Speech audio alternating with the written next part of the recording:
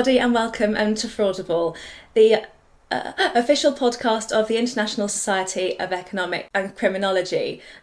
Fraudible is the video podcast that brings together academics and practitioners to discuss all things fraud. In this episode, we're going to be discussing fraud and miscarriages of justice, and I'm over the moon to be joined by academic and Dr. Diana Johnson and practitioner Lee Castleton, OBE. Thank you so much for joining me, guys. It's so awesome to have you both here. And Diana, can I ask you to give a brief overview into your background and your work, please? Of course, yeah. Thanks so much for the invitation. It's really great to be here. As Claire said, my name's Diana Johnson. I'm by background a corporate solicitor, but I've been in academia, in higher education, teaching at UE for over 20 years. And I teach subjects like financial crime, which is my main interest. My research looks at financial crime, in particular corporate criminal liability, and in particular fraud and money laundering as well. And I've recently published a book with Routledge.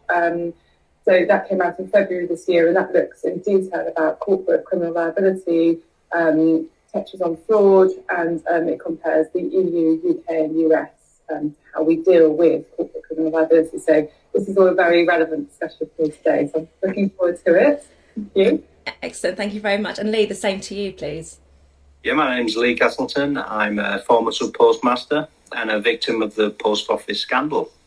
I bought a post office in 2003 and it completely changed my life. Thank you very much. So I think 99% of the population will know everything that's happened. For those who don't, who have been living under a rock or something, and could you give a brief overview, Lee, as to this whole saga? Sure. On the 18th of July 2003, having been a stockbroker for a couple of years, my wife and I bought a post office in Bridlington. It was just an idyllic life, really, for us. You know, the first few months were just brilliant, absolutely beautiful. And we got to Christmas 2003 and we had a misbalance. It was a small misbalance, £1,103.18. I searched to try and find out why it had occurred. Couldn't find the reason why. And then duly, as per my contract, I made good. The problem was that for the next 12 weeks, we didn't balance. Sometimes we had too much money, and sometimes, mostly, we didn't have enough money. By the 23rd of March, I was suspended. I'd made 91 phone calls over the period, begging for help. The help wasn't forthcoming.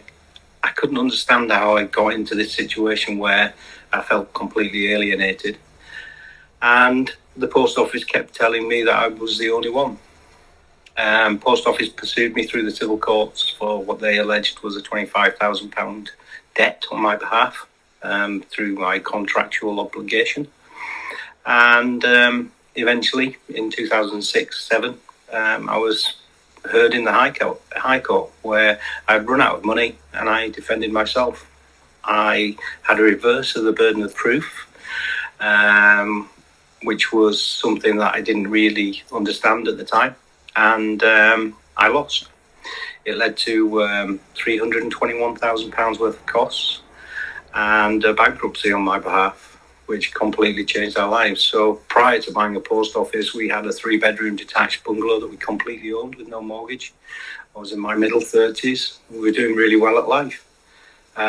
Post 4 years, we had nothing. And we've been trying to fight for justice ever since. By 2009, we started to form a group of other like-minded postmasters or ex-postmasters that had either been criminally prosecuted or paid lots of money back that had left them in dire straits. And by the time we got to 2019, there was 555 of us. It just sort of exploded, really, from there. Mm. And Diane, from your perspective, how do you begin to dissect this with your solicitor hat on? I mean, it is just as we said at the beginning, it is a really dreadful miscarriage of justice. And I know many people would have watched the really good, I think it's BBC documentary or some documentary on it, which really brings it to life about how, ITV made a drama. It's a 4-part drama.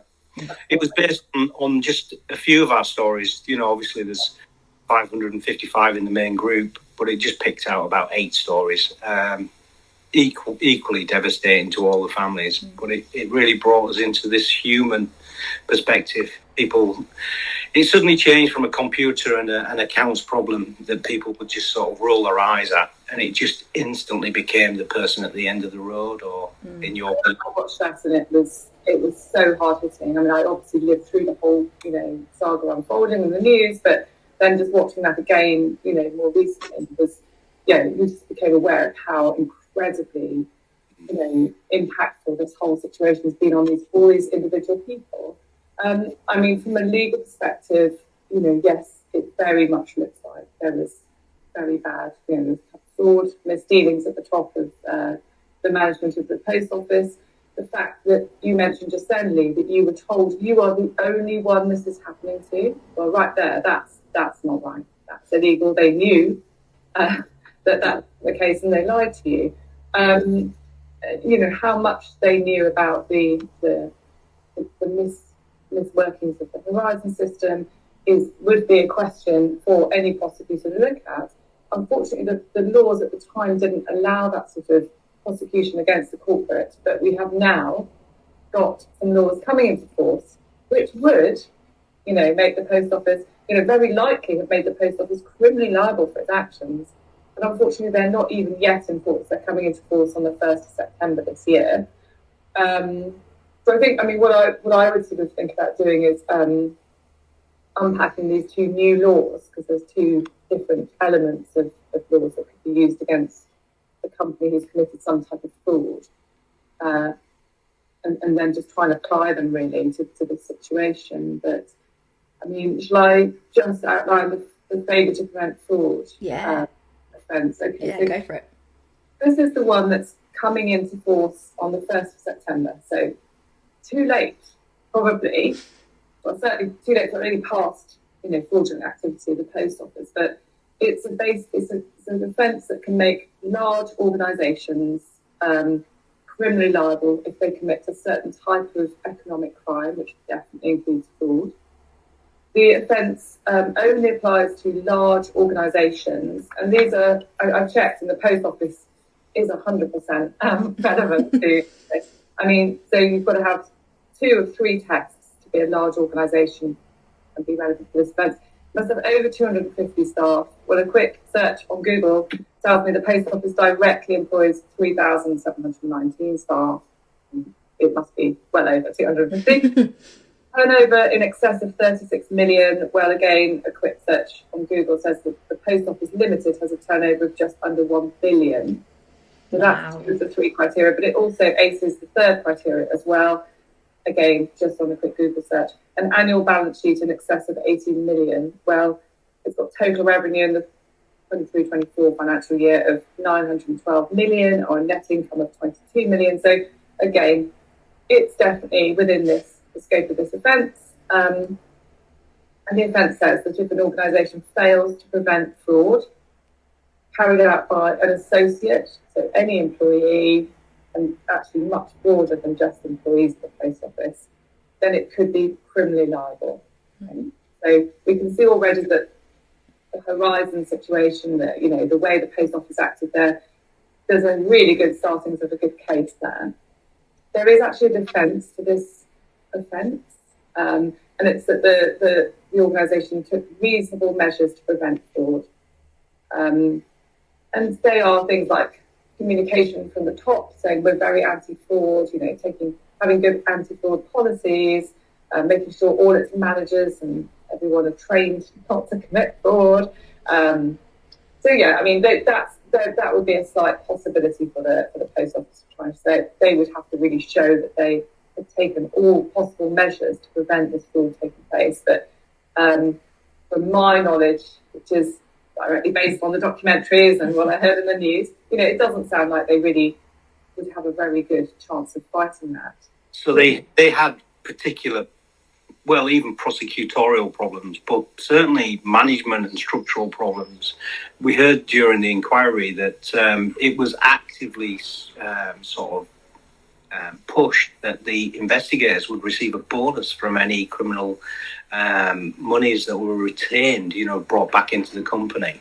So they actually bonused people to kind of chase money that wasn't there, but also it made investigators, in my opinion anyway, very focused on just one avenue rather than looking at all the aspects of the investigation and looking for any other reasons that anything could have occurred. It became a very one-trick pony. It became a very singular track, and that made the whole sort of system seem to work like clockwork, bringing money back into the investigators, but also back into the company, and millions of pounds were returned back into a suspense account, and the suspense account was then flipped straight back into profit and loss. So it became actually part of their trading. Yeah, and that's just reminded me, the other really important element of the Spanish bread fraud offence is that there must be some benefit to the organisation, and there's the benefit right there. There was loads of extra money through this. Yeah, and it became almost a business within a business. It became very strong, or a very strong part of profitability. I mean, some of the figures that are quoted, and actually Post Office even now can't tell you how much money went through suspense account, which was unknown. But some of the figures that have been quoted are in the 60 millions, huge amounts. And it just beggars belief, really, that to actively promote that kind of generation of cash, if you like, from third parties without even looking at any other factor, any other sort of reasonable sort of route of investigation is just very poor. That's horrendous. It is just horrendous. I didn't know about the incentivisation within the Post Office, but that would again harm their chances of using this defence if this offence had been in force at the time, which it's a massive shame it wasn't, because it does look very likely to me, just from the facts I've got available, that the Post Office would face a prosecution for their actions in this. I'm sure, I hope that prosecutions obviously will be entered into, but some of the emails that we saw from investigators, there was one particular investigator that was complaining because his wife no longer could go on holiday because they'd stopped investigating, they'd stopped prosecuting. That was in 2015. And he lost his income stream. Sorry? Does that mean he lost his income stream? Yeah, absolutely. And he was very, very upset about the fact that not only were they not prosecuting, but he wasn't getting that second line of income, and that was causing a life-changing event for him and his family. Wow, poor guy, I felt really sorry for him. Yeah, So they had to, they got into a point in 2015 where they stopped prosecuting. It was under sort of duress, really, because members of the board still wanted to continue to prosecute, even though they'd been furnished with lots of information that showed that maybe, the worst thing that they could have done was to continue prosecuting. But they did, they fought and fought and fought internally, and eventually it won over that they would stop prosecuting. But it was very optic, it was optic-centric. It was about what other people thought, rather than doing the right thing, rather than doing what was lawful and honest and open and with integrity. It was about doing things, that looked okay. And I still believe that continues even now. I think a lot more businesses believe that the optic is more important than the structure. I think a lot of businesses are going to have to take notice of the new laws that are coming into place, and applying those new laws or discussing those new laws today with thinking about this, this quite recent historic miscarriage of justice. It does, I think, show that these sort of things might be prevented in the future, because there are now very clear laws which would enable the Serious Fraud Office to prosecute the Post Office if this happened again, in my view. Yeah. My biggest sort of problem with that, though, is that there has to be an appetite. Yeah. We seem to lack appetite when it gets into the upper echelons of any business, and particularly the size of business that enter into this criteria. We seem to, as a nation, we tend to lose appetite to actually do serious things to protect, prevent. Such a good point. I mean, I think we very much need to see this new law followed by some prosecutions, some successful prosecutions of very large organisations. I mean, in my experience, I talk quite a lot to large organisations in the wake of this new legislation, or preceding this new legislation coming into force, and a lot of them are taking a lot of notice of it. But yeah, it does need to have teeth, doesn't it? This law. I love the fact that organisations, in a way, become very commercial and risk oriented, and I think if you do place a risk high enough in the register, then the tendency is that anything can happen in order to make that not happen. And I think that's how it has to be done. I think if you don't put the ball out there high enough, then everybody will just not take it in and on board. And so it's really important that they feel that they need to do the right thing. Because words are fantastic, but actions speak far louder. I very much agree, and I think the risk for any large organisation of being found criminally liable, I think it's quite a big risk. No one really wants to say, "Oh, what, the post office, that criminal organisation? I'll go and do my business there," you know. So I think they're very aware of that. Reputation is easily lost, isn't it? Yeah. Absolutely. So, I think it's a really good move. I think these laws are positive. There is another side to this law as well. There's just be interested to hear what you think, because your dealings with the post office. There is a new way of becoming corporately liable that applies to any organisation, no matter what size. So even tiny companies or partnerships could become liable if the senior manager commits a certain economic crime, which does include fraud. Okay. Like that. And this is enforced already. It's been enforced since Boxing Day 2023. Oh wow. So this is again, with the post office, here is something that could potentially make them criminally liable for it as an organisation. So no size restrictions, and there's no defence. And senior managers defined very broadly. So watching the ITV documentary, the miniseries, it did look as though one of the senior managers was involved with the fraud. What would be your experience of that? In the board, generally, from sort of 2012 particularly through, I think there was a lot of information that was siloed.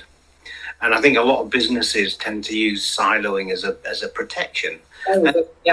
Yeah, and really it's kind of abominable, really, because when you're making decisions, certainly the decisions around the post office and the way that the post office works, the way that the post office put forward their business, then, it prevents or kind of prevents a personal risk. That needs to change, obviously. I mean, the protections within that, I didn't know, is just wrong. It's just completely wrong when it's actually your role to participate in decision making around that. So any law that brings in a path to convict people for not doing their job in a sufficient manner and probably financially benefit. I mean, let's face it, they're getting paid, they're financially benefiting anyway. It's, any kind of bonus based on any kind of revenue that's been brought in by a scheme that actively incentivises wrongdoing, then it needs to be prosecuted, doesn't it? This new element of it, or this new law, doesn't even require a benefit to the organisation. It's great. It's wonderful. Yes. This is much more scary, I think, to every single corporate and partnership than the failure to prevent fraud. But that's a headline grabbing one at the moment. But this one's been enforced already since December 26, 2023. And it just requires a senior manager to break the law during the course of their employment. Well, and has there been any prosecutions? Not yet. Well, you know, this is a slight problem. We don't do very well when it comes to prosecuting people. This is the only downside in this, that not yet, obviously, even though this has been enforced over a year, no prosecutions yet. But it is. So can I ask one more question? Do you believe that anybody out there in the UK, corporate business world, would have breached that law in the last 12 months? I mean, yeah. So why aren't there any prosecutions? Well, okay, so there's an evidential problem, isn't there? So for an actual prosecution to come into play, someone needs to report that the law has been broken. The Serious Fraud Office isn't out there inspecting every company. That's not how it works. So someone needs to make a complaint. So that means people in the organisation, people affected outside the organisation affected by it, need to raise the alarm. Yeah. That's point number one. Then the next step has to be that the prosecutor, if it's the Serious Fraud Office or maybe the Financial Conduct Authority, depending on what area it is, they have to find evidence. They have to gather evidence, do an investigation. That's going to take, what, a year? I mean, how long is that going to take? So, and then they have to make public interest test or an evidential test to see whether it's worth spending the public money on taking a business to court. Through the court, it's expensive. So all these things need to, will take time. So there's no way that, I mean, I would love to think there's some investigations going on right now that might then lead to a prosecution, but that won't ever be straight away. So it will take time. I mean, investigations itself are very time consuming anyway. I mean, we're looking at probably 8 years now for the Met to be in any position to start prosecuting. So 8 years from, the end of the base litigation, if you like. We're looking at 2027, 28 for the first convictions, if there are any convictions. Wow. But what baffles me, it constantly sort of grates and frustrates really, is that we tend to, as a nation, look to, so a lot of the investigation in this particular case, Post Office, has been done by the inquiry team, who is a solicitor, it's a solicitor-based statutory inquiry. I know that they've had huge amounts of paperwork, 6.5 million documents through their hands. It's a mammoth task. We now have a Met team of 100 officers, all volunteers, all very motivated, all very keen on making things right, which is wonderful. We now have that Met team. Fine. The inquiry have already investigated, and they're picking up the pieces from what the inquiry found, from what was questioned and what was shown in the inquiry. So they're now looking at all of those and sort of drilling down into that and seeing if there's any provable criminality. Sometimes it makes me feel as though the horse is definitely before the cart. The professional investigators, with all of the statutory rights that the police have, take second fiddle to a group of really, really fantastic solicitors and KCs. I mean, don't get me wrong, they're absolutely wonderful, but they're not investigators and they're not police. It just seems as though that sort of tag on at the end is the wrong way. And that would, with the new laws, I wondered, are they going to have a criminal unit of professional officers to progress any claims of unlawful actions? Or is it just going to be left to a group of officers from the Met that's going to be underfunded and under a lot of pressure? Because the words are fantastic and the law, I'm sure, is going to be wonderful. But what we tend to do, and what we'll see in the Post Office, which I'm absolutely, truly believe, is that the low-hanging fruit will be picked. And the seniors and the above seniors, senior leadership team, will be able to fall between those lines with huge legal covers. I think some of the just preparation of witnesses for the Post Office inquiry, in particular one GC, former GC, £800,000 worth of fees to prepare him as a witness. I know. So if you're preparing a witness in such a way to basically skew what the inquiry can obtain from that witness, and defend and protect. And that's being done by a government-funded organisation, government-funded, government-owned. You know, the members of the board that are from government departments, civil servants. If you're doing that in that kind of process, what if it was a commercial bank who, you know, are we really trying to crack a nut with a straw, or do we need something heavier? Do we need to make things?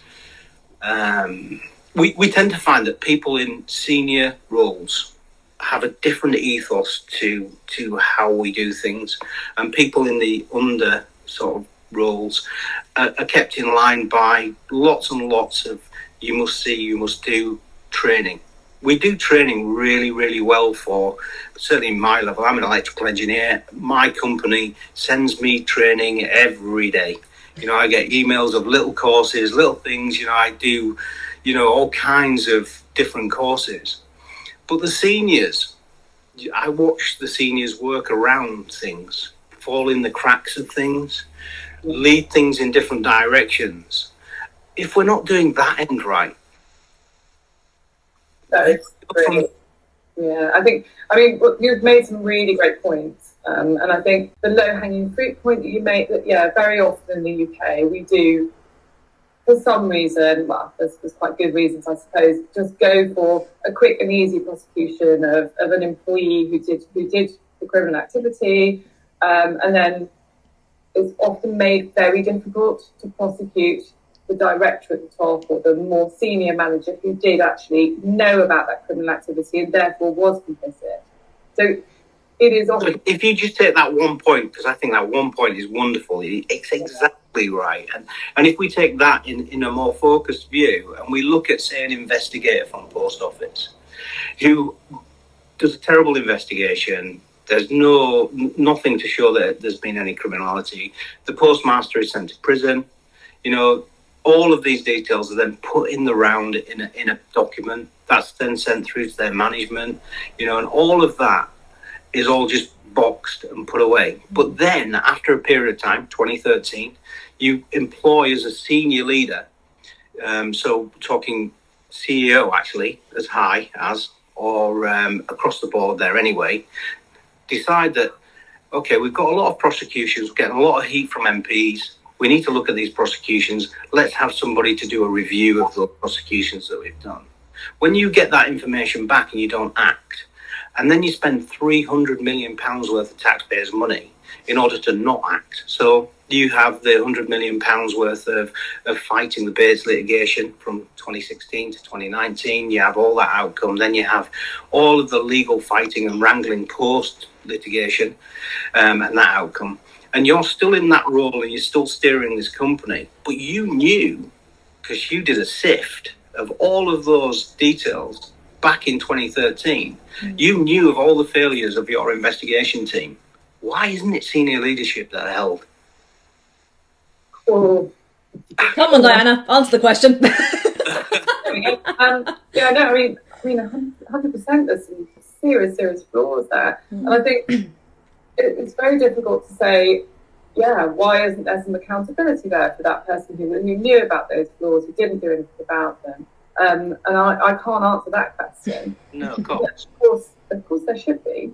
I mean, I think what I can say is that I think everyone would agree that for a successful, when there has been such a horrendous fraud, carried out on such a massive scale as the Post Office scandal, and the devastation that caused to loads of individuals, loads of families. Anyway, Of course there should be better accountability. Of course the Post Office itself should have accepted or been charged and accepted that it was criminally liable. It was in charge of that Horizon Post scan system. It should have done that. And also, there should be individuals at the top, the director level, they should be individually prosecuted as well. So I write a lot about that, and that is very much my view. It is there are more director disqualification actions coming into play across the the regulators, competition and markets authorities, doing many more, for instance. So this is something that's increasing very slowly in the UK. But there is in the UK, something's been holding us back, and I think there is this fear of prosecuting very large corporates, and it's often referred to as the too big to fail kind of.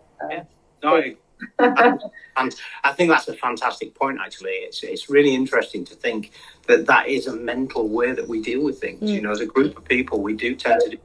But just as a side to that, what's quite interesting is there has been no suspensions from directorships from the post office. There's been nobody barred from being a director. There's been no suspensions from the SRA. Not one solicitor that have acted throughout all these years has been in any way pulled out and put aside pending an investigation. There has been nobody lost their job. Not one person has lost their job apart from being remunerated to leave. So there's been no shaming or red-facedness or anything. People have always said that people have acted correctly. But throughout, that denial is something that is constant. And it doesn't matter whether it's post office or another company, it's constant. And I understand that sometimes you, as a corporate body, you have to maintain that deniability, if you like, because you're in a situation where you devil if you do and devil if you don't. And I get that. I understand.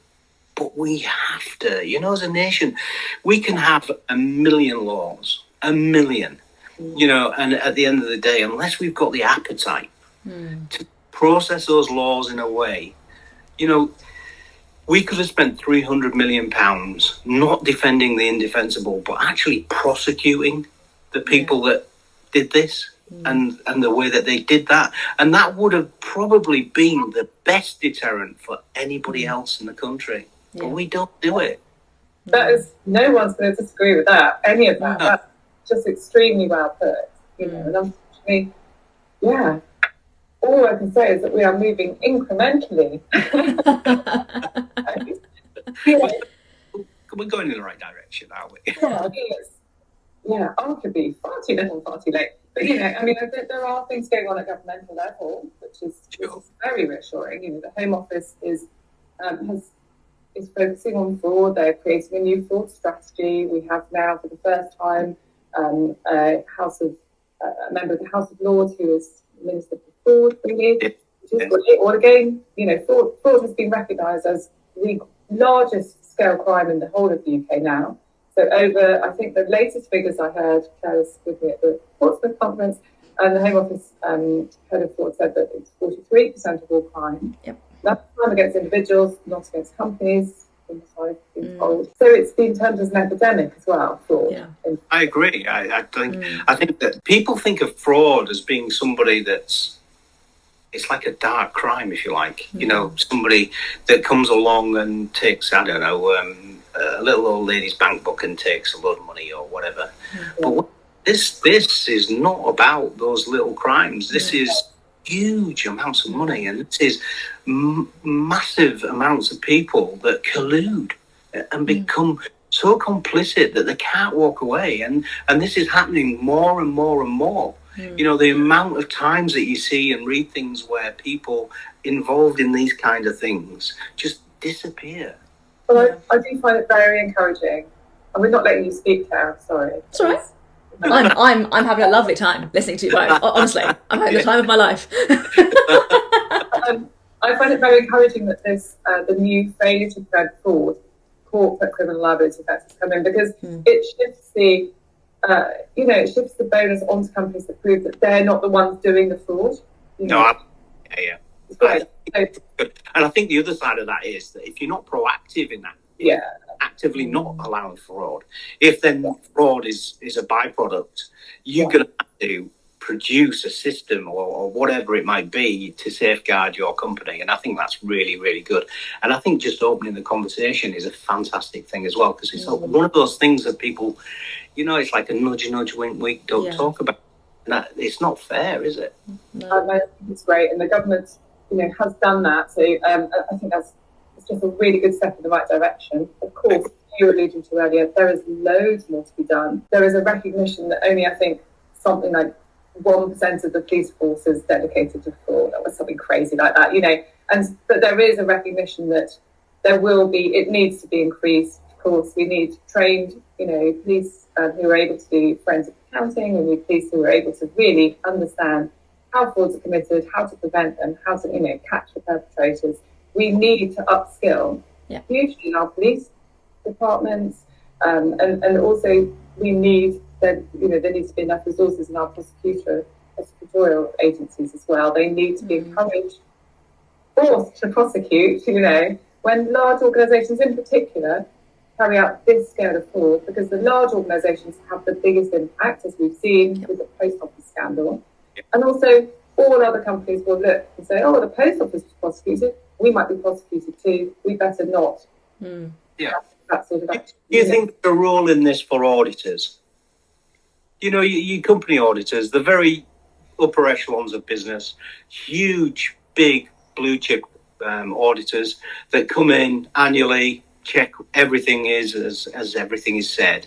Do you not think that there's a policing element to that? Do you not think that throughout the post office's time, there was never an alert to any of these profits from suspense account that were going back into the profit and loss? There was never an alert of where is this money from? This is not a trading figure. We don't see this as a trading figure. How has this come along?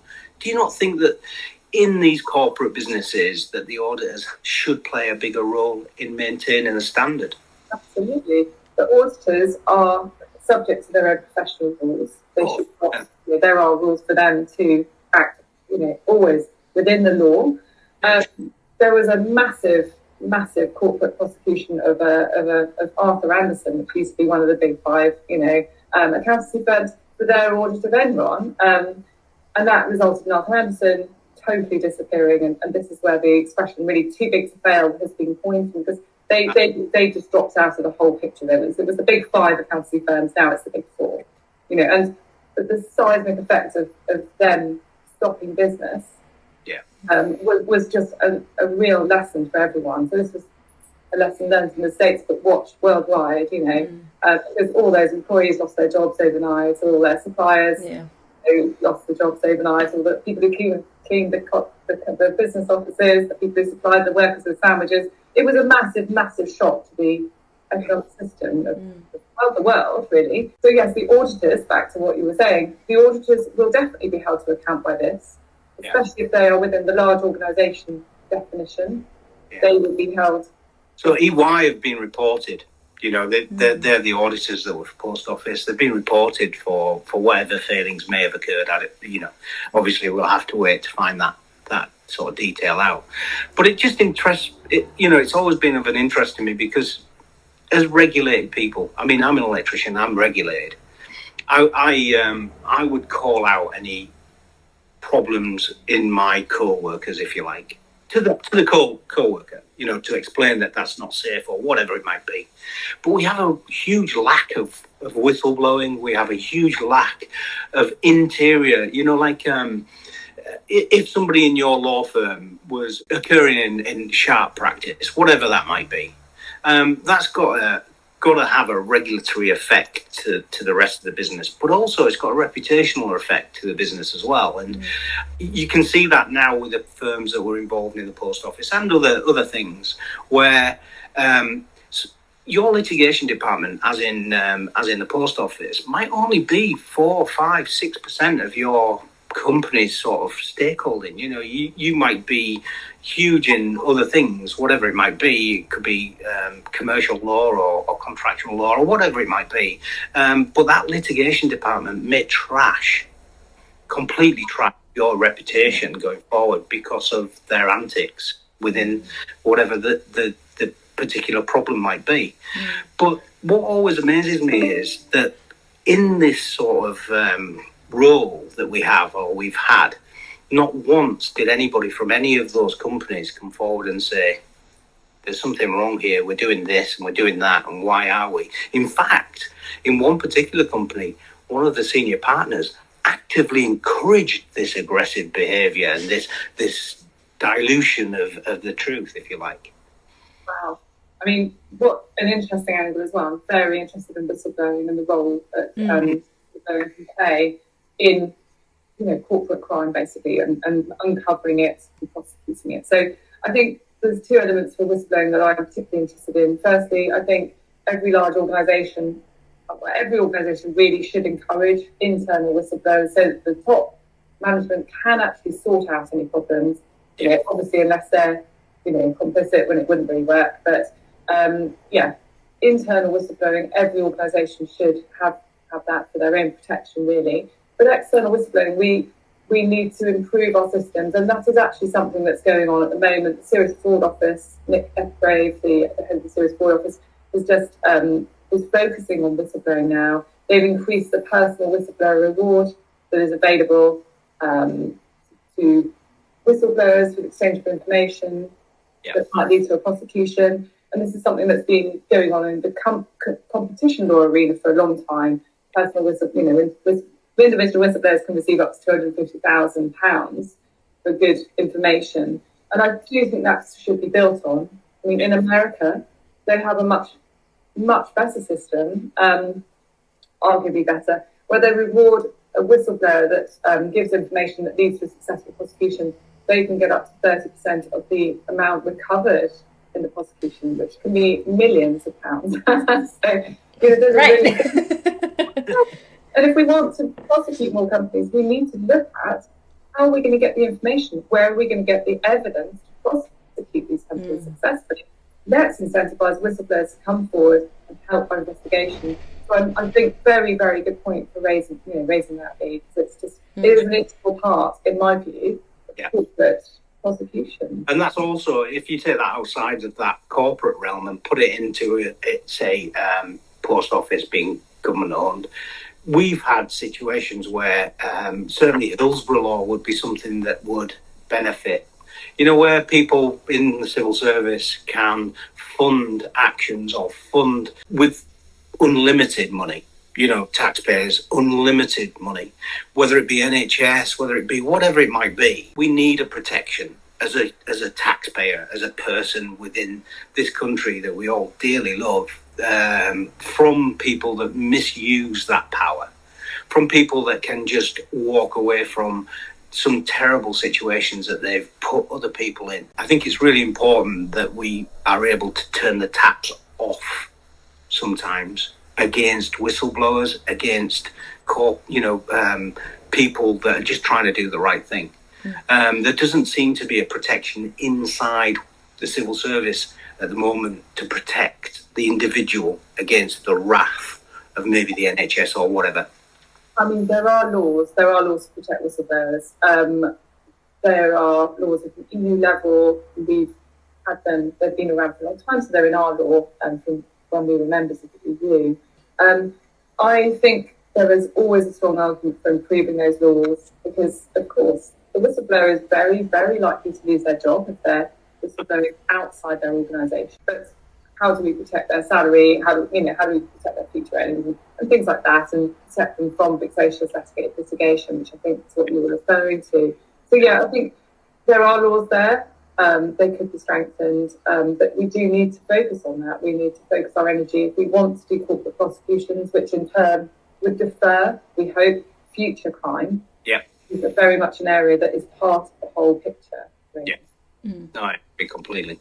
Great point. We've got 5 minutes left, and I've got one more question that I want to pose to you both. Yeah. So, the ITV drama Mr. Bates versus the Post Office was broadcast last year in 2024. Are we now in an era whereby action is only really accelerated as a result of this sort of thing being exposed in the media through a documentary or a drama or that sort of thing? Are we now in that sort of culture where these things have to be turned into something dramatised in order for this sort of public outrage to occur? Because I don't know where the inquiry was at pre-2024 because it wasn't advertised that much, but all of a sudden everyone started going, this is an outrage, this is disgusting. But has that helped to fuel things along? Do we think we would be none the wiser had that not happened? I'm sure I jump in firstly, if that's all right. Yeah. I think there's a basic. I could answer that with both a yes and a no. There, I think I'll start with my no answer first. I think it's not just because of these dramatisations, which I think have a really important part to play in making us understand what these frauds, the effect these frauds have on individuals' lives. But I think there has been an imperative at coming up to government level for a while to tackle fraud because it costs the economy so much money. Yeah. And ultimately, we all know how important money is to our economy. So, there are estimates of up to fraud cost the economy of up to 219 billion a year in the UK. So that's hard to ignore. And that's, again, a reason why these offences have been brought in. But, so the other imperative, yes, the documentaries, I think, have played a really, really good part in helping us understand who are the victims of these frauds and whether that's the right word to use or not. But yeah, Lee, over to you.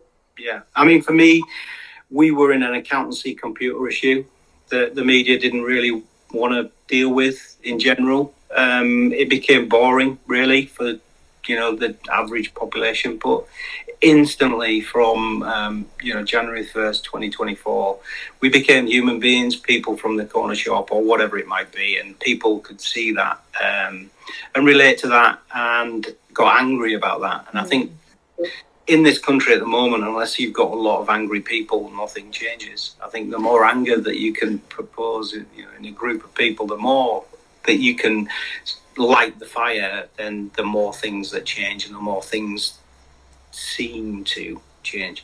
The problem we have is, even in our group, is that even though you light the fire, it's very hard to keep it burning. Even though you light the fire and you get lots of love in return, this last year I've had so much love, it's ridiculous. I've met the Prime Minister, I've been to the Palace, I've been to Windsor, I know I've done the whole 9 yards, I've been to garden parties and all kinds, and it's been wonderful and absolutely fantastic and life-changing. But fundamentally, if somebody had said to me, would you rather have had none of that and not had this journey? Yes. I wouldn't wish it on anybody.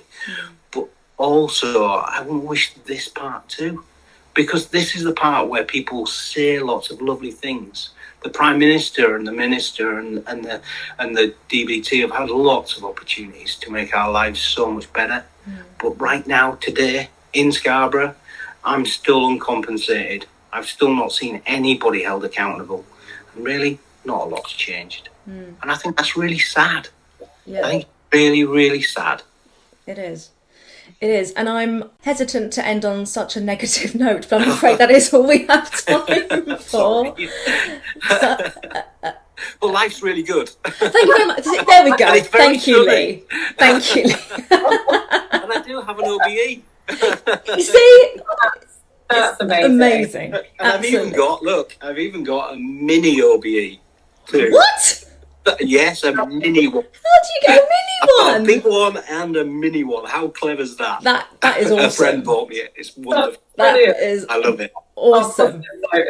Excellent. We are ending on a mini OBE. Excellent. So that is all that we have time for today, and I would obviously like to give a huge thank you to Diana and to Lee for joining me today. So thank you very much, both of you. My name's Claire Maillet, and this is Fraudible.